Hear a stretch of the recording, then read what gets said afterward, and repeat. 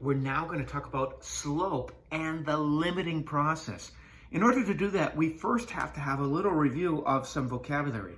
Remember from geometry, a secant is a line that intersects our circle in two spots, whereas a tangent intersects or kisses our graph only in one spot. Secant, two spots or 2 points of intersection. Tangent, 1 point of intersection. When we first looked at finding the slope of tangents, what did we do? We just eyeballed it at the point that we were interested in. A more systematic method for approximating the tangent line is to start with a secant line. So we're thinking 2 points of intersection. Now, the 2 points will be at x. Let's call this function f of x. Here is f of x. Y equals f of x. Let's just make sure, let's all agree it passes the vertical line test at all points, so it is a function. Here's the point we're interested in. We want to know what the rate of change is at this point. X, xy, well, x, f of x. Sorry, I won't say y, I'll say f of x because it's a function.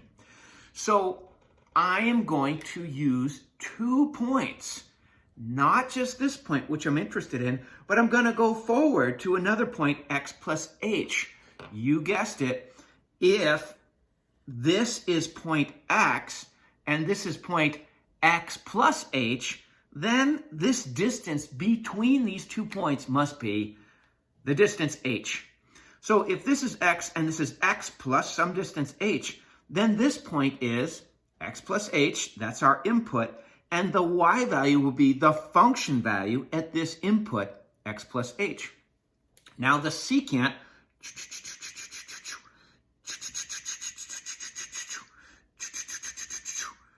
will be this line here. And I'm interested in delta y, that's this, over delta x. I want to find the slope of the secant. Clearly, the slope of the secant, which I'll write as MSEC, is, well, we know that's going to be y2 minus y1 over x2 minus x1. Straight out of Algebra 1. So I'm just going to plug and chug. This is, any slope is y2 minus y1 over x2 minus x1. Delta y over delta x. That's change in y over change in x. So y2 is f of x plus h, that's my second y, minus f of x divided by our second x is x plus h minus our first x is simply x. If we do a little bit of math here, these x's will go off to number heaven, x minus x. So the slope of the secant will be f of x plus h minus f of x divided by h.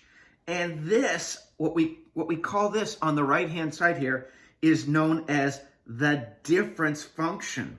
The denominator h here is the change in x. It's how far you're going from here to here. When we wash out the x's mathematically, you can see that h is this distance from x to x plus h. And the numerator is the change in y. The beauty of this, why is this so important to remember this difference quotient, is that you obtain a more and more accurate approximation of the slope of the tangent line as this distance h shrinks. In other words, as we move this point closer and closer and closer. How do I move this point closer and closer and closer? Well, let's consider if it's right there. Look at the size of h now. If I go from there to there, then h is just this tiny little guy. So h has shrunk. At some point, our new x plus h will be almost on top of our original point x. And guess what? The secant, 2 points of intersection, becomes a tangent line, 1 point of intersection. Look what happens to our secant slope as we shrink this distance here, which is h, between x and x plus h. So if I shrink it down to here, and now we can see that this distance now, right here, is h. My h is shrinking. So this is now the new point, x plus h. And it's no longer here because I've moved it. Now, my secant line has got to flatten out. The rate of change has decreased. The rise over run of this line is less than this. Let's get more extreme. If I bring it down even further, and so I say now I'm changing all this, and now this is x plus h. Look at how tiny our h is. And our slope of this secant line is even flatter. So I've got 3 different lines. Now, what I'm going to do is I'm going to continue to shrink this distance h, which is the horizontal distance between x and x plus h.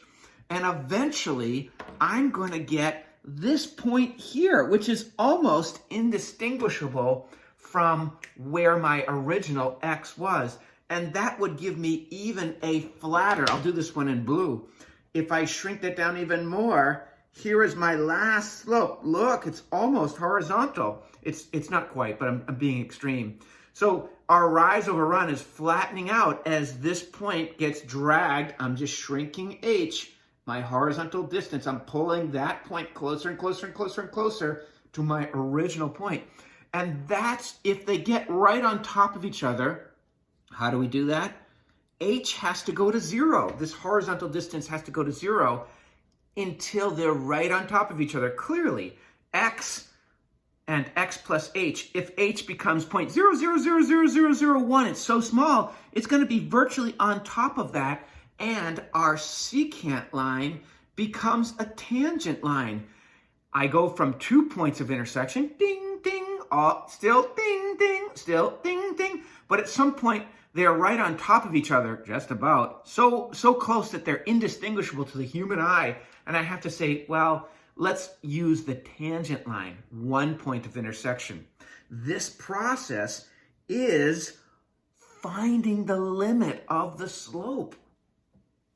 And we call this the derivative. The slope of the tangent line, if I go here and I say, well, now it's the slope of the tangent line, that's known as the derivative. Eventually, our h is so close to 0 that x and x plus h, they're virtually right on top of each other. And our secant line, 2 points of intersection, becomes, for all intents and purposes, a tangent line. And here is our tangent line. It's just kissing our graph in one spot. And the slope, the slope of this tangent line is what we call the derivative. And you spend the first half of your calculus AB class finding the slope of the tangent line. It is a good index of the rate of change of the graph. Remember, calculus is just studying the rates of change of the graph. So important is this. We take this long, drawn-out process to show you that's what you're finding when you look at the derivative. It's the slope of the tangent. So just as I said to you, when you see a log problem, say the answer to a log problem is the exponent. And when we look at a tangent line, or when we're asked to find the derivative, similarly, I ask you always just to repeat in your head, you're looking for the slope of the tangent line when you see that word derivative. The definition of the slope of a graph. The slope m of the graph of the function f at the point x comma y, f comma f of x, but don't be intimidated by that, it just means y, is equal to the slope of its tangent line at that same point, x comma f of x. The rate of change of a graph can be approximated by its tangent line at that point. So what is that? Well, that's the slope of the secant line as h gets smaller and smaller and smaller. Oh, it's a good thing we know about limits. We're going to go from h equals 5 to 4 to 3 to 2 to 1 to 0.1 to 0.01 to 0.001 to 0.0000001. H is going to get infinitely close to 0. And we can say that that is equal to, there's our difference quotient. The second y minus the first y over, remember this was x plus h minus x, and the x is washed out. So this is essentially change in y over change in x for the graph we just talked about. This is going to be so important for you to know when you get to calculus. Drink it in with your eyeballs. The limit as h approaches 0, h is in the denominator, of f of x plus h, that's our second y, minus the first y.